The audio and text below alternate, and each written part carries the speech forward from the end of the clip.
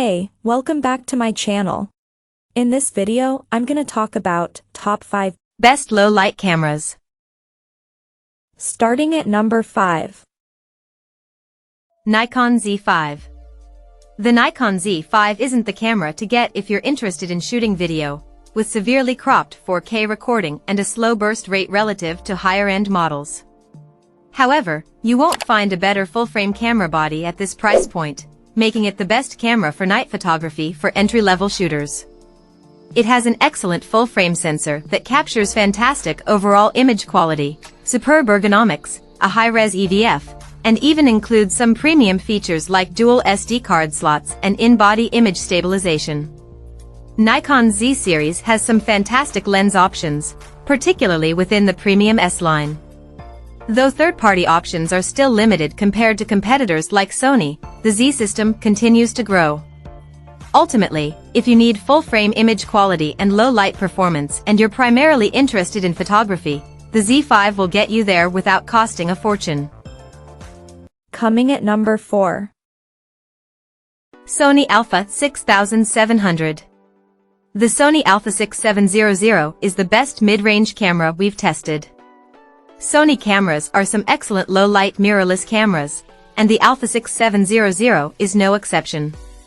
Though it uses an APS-C sensor, this hybrid model is very well-rounded, with one of the most sophisticated autofocus systems on the market, in-body image stabilization, and 4K video recording at up to 120 frames per second. Beyond that, you'll find plenty of amazing native and third-party lenses for this camera, with some offering excellent value, like Sigma's trio of f/1.4 prime lenses that are all well-suited for low-light shooting. Another great option in this price range is the Fujifilm X-S20, which goes toe-to-toe with the Alpha 6700 in many ways. Like the Sony, it has IBIS, a high-res APS-C sensor, and high-end video specs. Fujifilm also offers some of the fastest APS-C prime lenses on the market, like the XF50mm f/1.0 RWR. That said, its AF system isn't as reliable as the Sony. Photographers who want to save money can also consider the older Fujifilm X-S10, which uses the same sensor as the X-S20 and offers a lot of value for its price but falls short in video features compared to the X-S20, with no internal 10-bit or 6.2K recording. At number 3. Panasonic LUMIX. If the cameras above are a little out of your price range, check out the Panasonic LUMIX S5 II. This full-frame model has top-tier noise handling performance, so you'll get exceptionally clean image files even in poor lighting. The original Panasonic LUMIX S5 is a steal of a camera, and the S5 II improves on it in some key ways, most notably with a new phase detection autofocus system. While it's still no match for Canon's dual-pixel AF system, it does perform fairly well overall. On top of that, this camera is a video powerhouse, with advanced features like internal 10-bit recording, 4K at up to 60 frames per second, and a wide range of recording formats and codecs. L-mount lenses aren't the cheapest, but with compatible options available not just from Panasonic but also from Leica and Sigma, you'll have a wide range to choose from. If you're more strictly interested in photography, the Nikon Z6 II is another great option at this price point. It lacks the S5 II's more advanced video features, but it's a great low-light performer for photography, with excellent ergonomics and an even more reliable autofocus system. Number 2 of my list. Sony Alpha ZV. The Sony ZV-E1 isn't just the most advanced vlogging camera on the market, it's also a fantastic choice for low-light videography. Using the same low-light optimized sensor as the high-end Sony Alpha 7S III and Sony FX3, but sitting at a much more accessible price point, the ZV-E1 can record incredibly high-quality video, even in the trickiest lighting conditions. It's also remarkably compact for a full-frame camera and includes in-body image stabilization, so it's a good fit for run-and-gun style videography.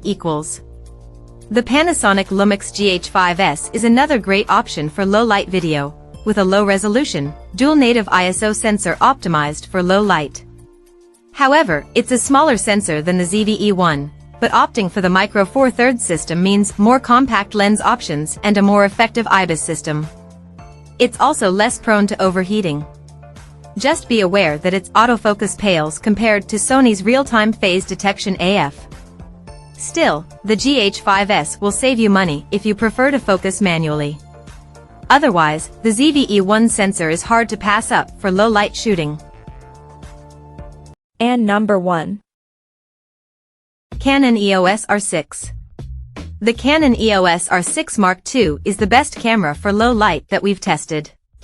It offers notable improvements over the Canon EOS R6, including a higher resolution sensor, an updated autofocus system, and improved video features like uncropped 4K video at up to 60 frames per second.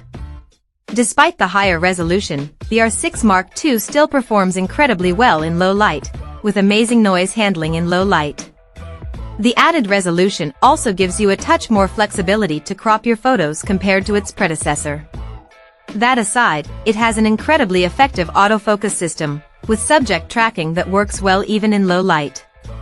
The camera's 5-axis in-body image stabilization (IBIS) system can also help you shoot handheld at slower shutter speeds. That said, lens selection is still relatively limited for Canon's RF mount. If you want more third-party lens options, the Sony Alpha 7 IV is another top contender with a wider selection of lenses, although its ergonomics aren't quite as good. The original R6 is also still an excellent choice despite its lower resolution sensor and slightly worse video specs. Check out this video description for latest price and more informations. Thank you for watching this video. Please subscribe and stay tuned.